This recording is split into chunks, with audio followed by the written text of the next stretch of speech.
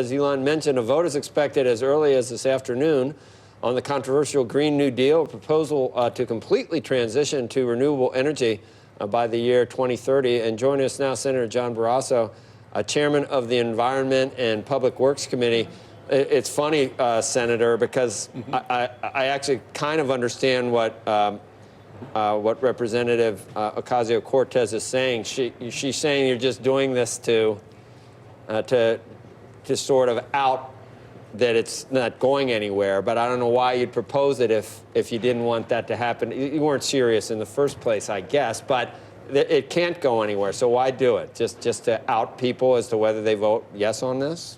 Well, I think it's important to have a vote today on the so-called Green New Deal. It's unworkable, it's unaffordable, it's becoming more and more unpopular the more that people learn about it. But so many of the Democrats running for president have endorsed it and have co-sponsored it that I think it's important to put them on the record. Now it looks like they're trying to duck it, to dodge it, to distance themselves from something that's going to cost $93 trillion, $650,000 for every family in America, $65,000 a year. And energy costs are going to go up about $3,800 per family per year.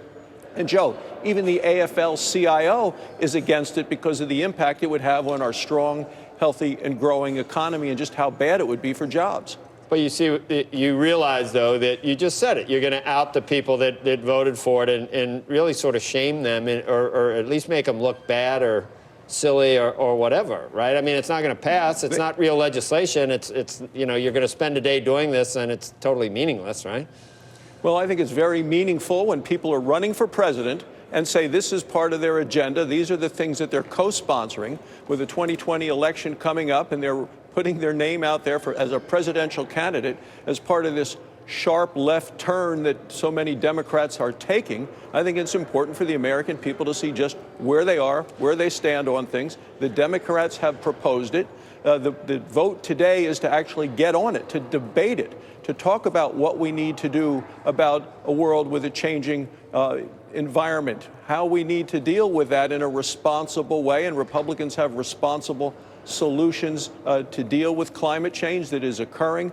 But to propose something as they have done, which is so expensive, so unworkable, immediate, unilateral reduction in the United States. And Joe, the United States is only accounting for 13% of the emissions worldwide. China and India alone are at 34%. You know, they say we need to get all renewables. Well, wind and solar right now in the United States, it's only 8% of our energy mix. Do we need more?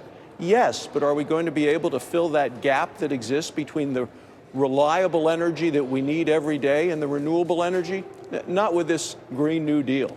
You know, but we're talking about it, aren't we? And you're moving the center of the discussion, which most people think Republicans are way too far. And the denier, you know, you're going to be, you might even get excommunicated, but you're in the denier camp. And I've seen Klobuchar, for example, Senator Klobuchar, when they ask her why she supported it, she goes, because it's aspirational. And we need to have that discussion. That's their excuse. That's the way they phrase it. And who's going to fault them for saying it's aspirational to try to prevent all of humanity from dying in 12 years? I mean, would you deny that that's something we want to try to prevent, Senator? So they can always fall back on it. And here we are talking about it. So by giving them a vote, even to this extent, it lends enough credence to the whole notion that there is a problem and something needs to be done. We're talking about how extreme the liberal Democrats who are running for president have become in the direction that they're trying to take the country's really careening off of a liberal cliff. They're so far outside of the American mainstream that it is scary that they would promote this sort of a thing, which is unworkable, unpopular, unaffordable, would hurt our strong, healthy, growing economy, and would basically shift the lifeblood of our economy from the United States and send it over to China. It is the wrong direction. So to me, these are climate alarmists. They want to do things that's immediate, that would be very detrimental to the United States, doing it unilaterally.